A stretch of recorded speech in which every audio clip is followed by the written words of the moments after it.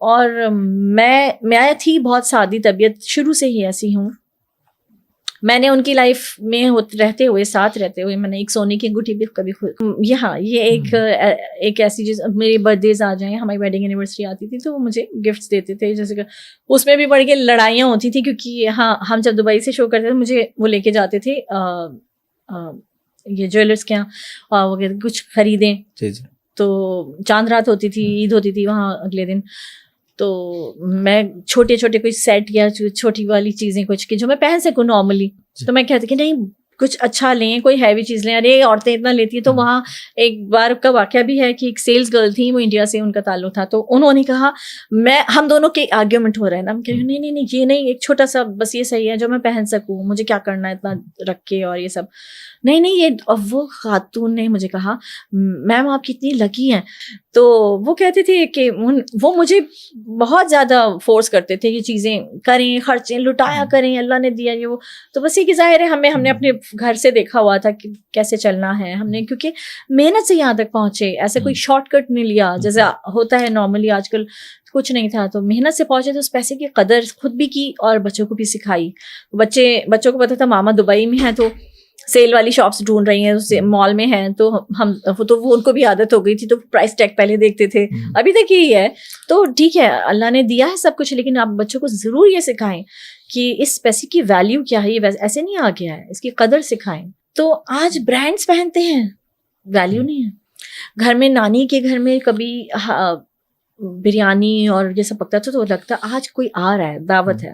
آج بریانی قورمے کی ویلیو ہے، ویلیو ہم نے سکھائی نہیں بچوں کو، ویلیو ہم نے دی نہیں، ہم نے وہ ٹرانسفر نہیں کی چیزیں جو ہمارے اندر تھیں. تو چاہیے کہ ہم کریں کچھ چیزیں. میرے بچے جیسے کبھی ہوتا تھا، وہ کہتے تھے کہ جب تھوڑا سا چھوٹے، ماما اب آج کل تھوڑی ہی ہوتی، میں کہتی تھی آج کل نہیں، کچھ چیزیں ہیں جو ہماری ہیں وہ تمہارے اندر بھی جانی ہے اور تم سے تمہارے بچوں میں بھی جانی ہے. وہ چیزیں ضروری ہیں، وہ رکھنا ہے. تو کچھ چیزیں سب نہیں کہہ رہی، آبویسلی میں خود بچوں کو بھی کہتی ہوں وقت کے ساتھ چلنا چاہیے. جیسے کہ انسٹاگرام اور یہ سب چیزیں جب آئیں تو میں نے اپنی بیٹی سے سیکھا. میری بیٹی چھوٹی تھی، وہ مجھے سکھا رہی تھی ماما ایسے ایسے ایسے ایسے، یہ نہیں یہ کریں وہ نہیں. تو یہ سب چیزیں ہیں، لرن کریں بچوں سے. ان کے ساتھ ایک تو جب وہ تھوڑے سے 10 11 سال 12 سال کو کراس کریں تو ان کے دوست بن جائیں، فورس نہیں کریں ان کو. اور جو پک اپ ٹائم ہے ان کا، وہ بیسٹ ٹائم ہے. میں ہمیشہ کہتی ہوں، اپنے شوز میں بھی کہہ چکی ہوں کہ 7 سال میں نماز سکھاؤ، 10 سال سے سختی کرو، تو وہ سب کچھ دین بھی دیں اور دنیا بھی سکھائیں. تو کوئی اتنا مشکل نہیں ہوتا، کوئی راکٹ سائنس نہیں ہے بچوں کی اپ برنگنگ ہے. لوگ کہتے ہیں مجھ سے کہ اس پہ بات کرنا، میں کہتی ہوں کچھ نہیں ہے، بس ٹائم. آج اگر عامر ہم سب میں موجود نہیں ہیں، اور میں اپنی بات مجھے صرف یہ نہ سمجھے کیونکہ میں ان کی ایکس وائف ہوں یا ان کے بچوں کی والدہ ہوں، وہ میرے باس تھے، وہ میرے مینٹور تھے، میں نے ان سے بہت کچھ سیکھا ہے، بہت کچھ.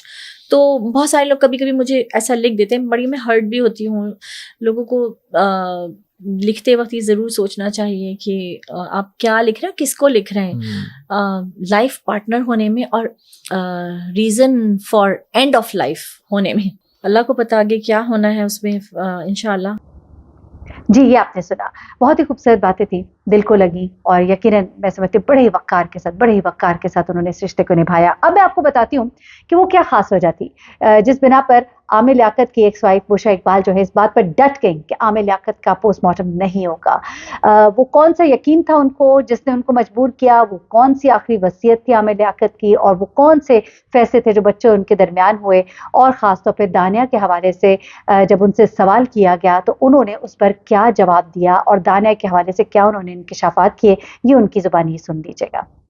میں یہ کیس میں نے کیوں کیا، اس کے پیچھے بہت سارے ریزنز ہیں. ایسے ہی نہیں، میں پہلے تو پوسٹ مارٹم، میری ایک عادت ہے، میں چیزوں کی تہ تک جاتی ہوں پورا. اگر میں نے کئی بار اپنے میڈیا ٹاک میں بھی یہ کہا کہ اگر ہمیں لگتا، بچوں کو لگتا، بچے بھی ماشاء اللہ جوان ہیں، سمجھدار ہیں، پڑھے لکھے، اگر ان کو یہ لگتا کہ کہیں کوئی ایسے شواہد یا ایسی چیزیں ہیں جہاں پر دوسرا کوئی وہ بنتا ہے، جب پولیس سرجن کی رپورٹ آ گئی تو اس رپورٹ کو سامنے رکھتے ہوئے ساری چیزیں آبویس ہو گئی تھی کہ ایسا کچھ نہیں ہے. پھر ہم نے کہا تھا کہ نہیں بس ٹھیک ہے. پھر اور انہوں نے ہمیں خود کہا کہ باڈی لے جائیے.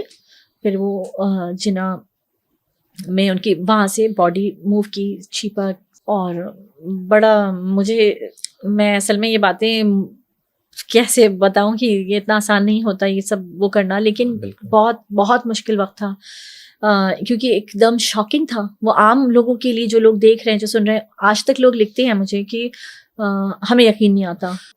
یہ میں کہہ رہی ہوں نا کہ بہت مشکل ہوتا ہے, تو لوگ جب کچھ لکھتے ہیں نا تو یاد رکھیں کہ میں خود کہتی ہوں میں ایکس وائف ہوں, میں کوئی کلیم نہیں کر رہی کچھ نہیں, لیکن میں عامر کی آنر کے لیے لڑ رہی ہوں. چاہے پوسٹ مارٹم کا جو جب لوگ کرتے ہیں, تو تھوڑا آپ کی اس کیمرہ کے تھرو میں یہی سب چیزیں کچھ کہہ دینا چاہتی ہوں کہ عامر کی وصیت رہی پوری زندگی. تو انہوں نے مجھے ہمیشہ ایک بات کہی کہ مجھے کبھی کوئی اس طرح مار دیا جاؤ یا مجھے کوئی مار دے یا کچھ, کیونکہ تھریٹس آتی تھیں ان کو, تو مجھے میرا پوسٹ مارٹم مت ہونے دیجیے گا. تو وہ چیز میری رہ گئی دماغ میں, ظاہر ہے وہ وصیت ہی ہوئی نا. بالکل. اور پھر ان کی ایک اور ساتھی تھے جس نے مجھے بعد میں یہ بتایا, وہ ان سے تو خیر میری کیس کے بھی بعد ملاقات ہوئی, وہ بڑا روئے, اور انہوں نے مجھے کہا کہ وہ آج بھی مجھے بھابھی بولتے ہیں, تو انہوں نے کہا بھابھی آپ نے جو یہ کیا ہے نا, آپ کو پتہ نہیں ہے, آپ نے ان کی روح کو خوش کیا. یا مجھے بھی انہوں نے, ڈاکٹر صاحب نے ان کی موت سے چند ماہ پہلے یہ کہا تھا کہ دیکھو مجھے کچھ ہو جائے تو میرا پوسٹ مارٹم نہیں ہونے دینا. تو یہ چیزیں تھیں, تو ظاہر ہے مجھے اور سکون ملا. اور ظاہر ہے کہ پوسٹ مارٹم آپ کو بھی پتہ, میں نے بڑی ریزنس بھی دی, خیر مجھے ضرورت نہیں ہے. میں کہتی ہوں کہ جب آپ کی نیت صاف ہو, سب کچھ ہو, اللہ مجھے بھی تو اپنی خبر میں ہی جانا ہے, تو میں رانگ ہوں گی تو بھی جواب دے ہوں, میں رائٹ ہوں گی تو بھی میرا اس کی بلیسنگز اللہ تعالیٰ مجھے میری خبر میں روز حشر بھی دے گا. تو اور پھر دنیا میں اگر میں کسی کے سامنے کلین رہنا چاہتی ہوں, وہ میرے بچے ہیں. وہ میرے بچے ہیں کہ جن کو یہ پتا ہو کہ ماما, اور میں جو کچھ کرتی ہوں ان کی مشورے سے, ان کی کہنے پر. تو یہ پوسٹ مارٹم روکنا بچوں کا ڈیسیجن تھا. مجھے احمد جب پلین میں بیٹھے ہوئے تھے, تب احمد نے اسی وقت کہہ دیا تھا کہ ماما نہیں پلیز یہ نہیں ہونے دیجیے گا, بابا جس اذیت سے چلے گئے ہیں. ہاں وہ ایک بہت بڑی اذیت تھی. تو اب ان کی باڈی کو, ہمارے یہاں باتیں بڑی ہوتی ہیں کہ ہاں اگر کوئی ڈاؤٹ ہوتا یا کہیں سے بھی کوئی شکوک و شبہات ایسے دکھ جاتے, شواہد جسے کہتے ہیں, جی جی, تو obviously سب سے پہلے ہم ہوتے جو یہ کہتے کہ ہاں کریں. لیکن اس طرح کا کچھ ہوا نہیں. اور پھر سسٹم پہ آ جائیے, اگر مان لیں تھوڑی دیر کے لیے مان لیں, مجھے تھا کہ یہ جو پوسٹ مارٹم کوئی آسان چیز نہیں ہوتی, کہہ دینا بڑا آسان ہے. اور مجھے یاد آتا ہے, پھر یاد آیا کہ عامر پوسٹ مارٹم نام سے ہی کالم لکھا کرتے تھے, بڑا مشہور تھا ان کے کالم پوسٹ مارٹم کے نام سے, بہت فینس تھے ان کے. ایکچولی تو ان کی لکھائی کے لوگ فین پہلے ہوئے تھے.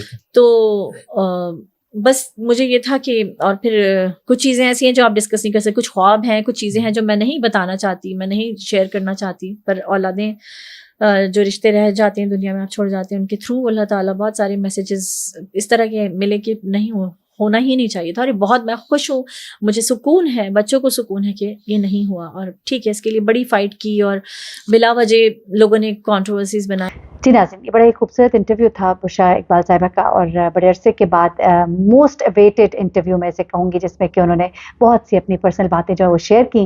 اللہ تعالیٰ ان کی آگے کی زندگی کو آسان کرے, عامر لیاقت صاحب کے آگے کے سفر کو آسان کرے, اور ان کے بچوں کے لیے جو ہے آگے کا سفر بہت اچھا اور آسان ہو. ظاہر سی بات ہے, باپ کی کمی تو پوری نہیں کی جا سکتی, باپ کی یاد جو ہے ہمیشہ ان کے ساتھ رہے گی. اللہ تعالیٰ سب بچوں کے سر پہ ان کے والدین کا سایہ قائم اور دائم رکھے. اپنا بہت خیال رکھیے گا. اللہ حافظ.